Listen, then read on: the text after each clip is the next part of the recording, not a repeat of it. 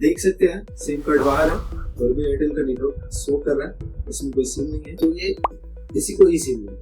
ई SIM technology जो है वो काफी अच्छा है। इसी बेसिकली अभी सभी हैंडसेट में नहीं आता है। इसी बेसिकली देखिएगा आप सैमसंग के एस सीरीज प्रीमियम सीरीज के जो फोन होते हैं एस सीरीज के, उसमें ये सिम आप एक्टिवेट कर सकते हैं। गूगल पिक्सल के जो अभी के जो मॉडल है उसमें आप एक्टिवेट कर सकते हैं। आईफोन के अभी जो लेटेस्ट मॉडल आ रहा है 11, 12, 13, 14, 14 इसमें आप इसी में एक्टिवेट कर सकते हैं। इसको एक्टिवेट करने के लिए बहुत सारा मतलब मैं जब पहले फोन लाया था कहाँ से करूँ कैसे करूँ, यहाँ वीडियो वहाँ वीडियो देख के मैं बना रहा हूँ, प्रॉब्लम हो रहा है।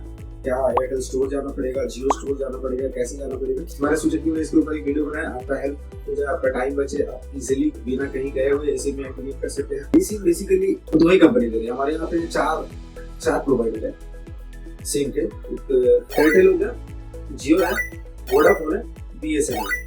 तो BSNL वोडा ये सिम नहीं दे रहा है, एयरटेल और जियो ही आपको ये सिम प्रोवाइड कर रहा है।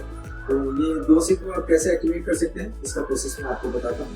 और ये सिम लगने से आप एक सिम आपका खाली हो जाएगा, दो सिम आप इजीली यूज कर पाएगा। आप इसमें चाहे 2-3 सिम और भी ऐड कर सकते हैं इस सिम के थ्रू, लेकिन at a time 2 he SIM चला पाएगा। ऐसा नहीं कि 4 सिम एड करके चला चलेगा, नहीं। अगर इसमें 4 सिम एक्टिवेट करके रखे हैं तो 2 ही चलेगा at a time. Stand by mode पे 2 ही चलेगा, बाकी सब ऑफ रहेगा। तो आप अपना अगर ऐसा है कि बिजनेस के लिए सिम लेना है, कॉल करना है, तो स्पेशली वही नंबर से कॉल करिएगा तभी आपको काम होगा।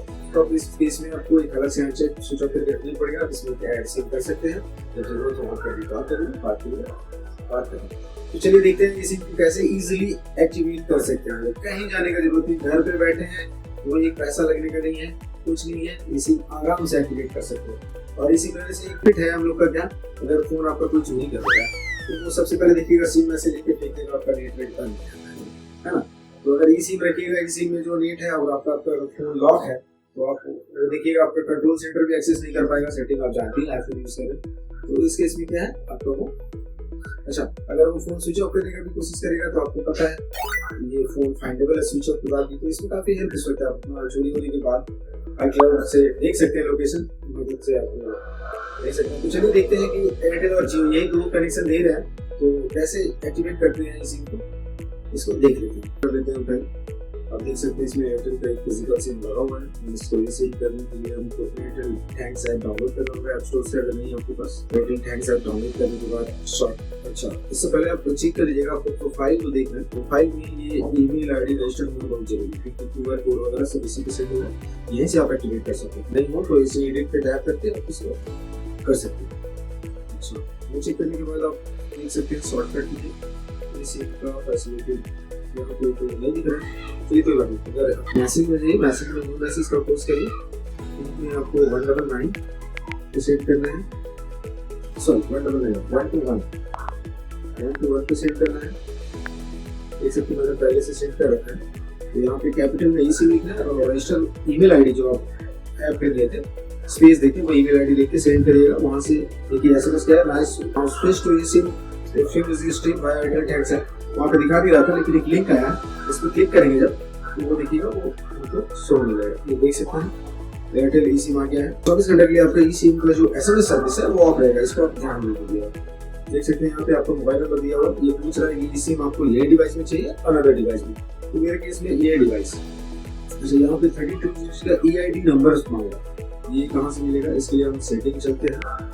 सेटिंग में आप जनरल में जाइए, अबाउट में, यहाँ से आप ये देख सकते हैं कौन सा नंबर मांग रहा है, EID, यहाँ से कॉपी कर लेते हैं,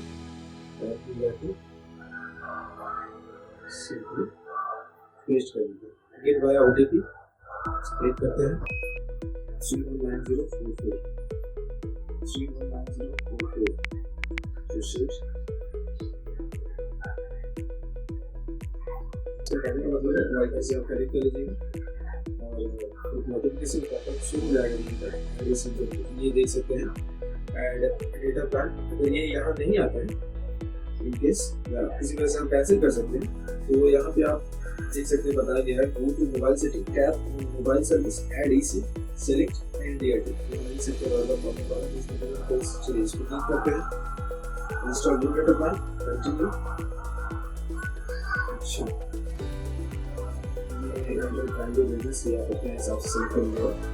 कंटिन्यू पे टैप करते हैं, डिफॉल्ट है कंटिन्यू या के हिसाब से देख लीजिए, इसमें एक ही सिम है, इससे एक सिम जब निकालेंगे तो ये सब सेटिंग कोई काम नहीं करेगा। अगर दो सिम है इसमें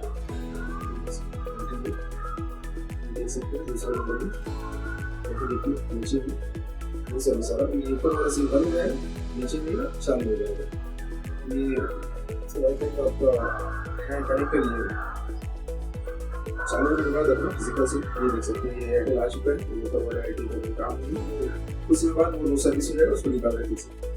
तो ये सिम ऐसे करके आप इजीली एक्टिवेट कर सकते हैं। जियो में कैसे हम एक्टिवेट कर सकते हैं इस सिम को, इसमें भी वही सेम प्रोसेस है। आपको माई जो ऐप जो है ना, इसमें वही प्रोफाइल का आप देख सकते हैं। यहाँ से सेटिंग में सेटिंग से प्रोफाइल आ जाए, यहाँ पे प्रोफाइल में देख सकते हैं ये ईमेल आईडी यहाँ पे रजिस्टर दिखा रहा है। अगर रजिस्टर नहीं है तो आप जाकर रजिस्टर कर सकते हैं, इसको एडिट करके रजिस्टर कर सकते हैं।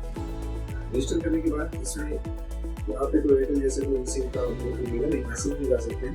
मैसेज में आप कंप्रेस करिएगा, गेट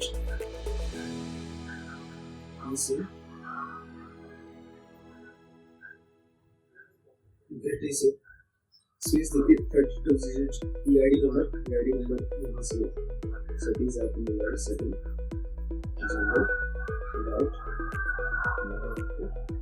EID नंबर इसको टाइप करके कॉपी कर लेते हैं। Get SIM space EID number space IMEI number इसको कॉपी कर लेते हैं। ये जो ऐप्स है इसको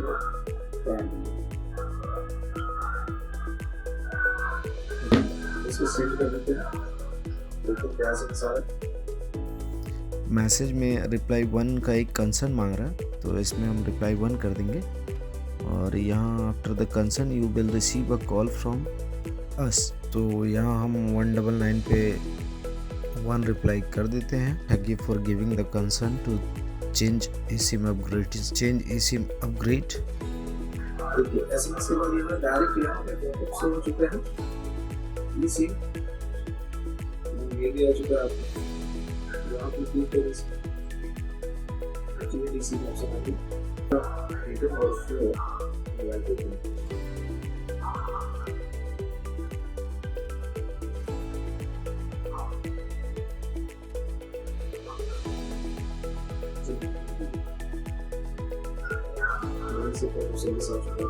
अच्छा जो मैं बता रहा था, यहाँ पे अगर पॉपअप आपको नहीं आता है इस सेटिंग में, तो आप यहाँ सेटिंग में जाकर के मोबाइल डेटा ऐड eSIM कर सकते हो। वहाँ ऐड करने से सेम प्रोसेस होगा। देख सकते हो बेबीज रेटिंग में पड़ा हुआ है, देख सकते हो ये अच्छा है सर्च।